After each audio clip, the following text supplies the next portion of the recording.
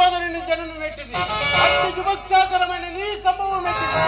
మట్టి కొండలో పుట్టిదివి కదా, నీది ఏ కులము?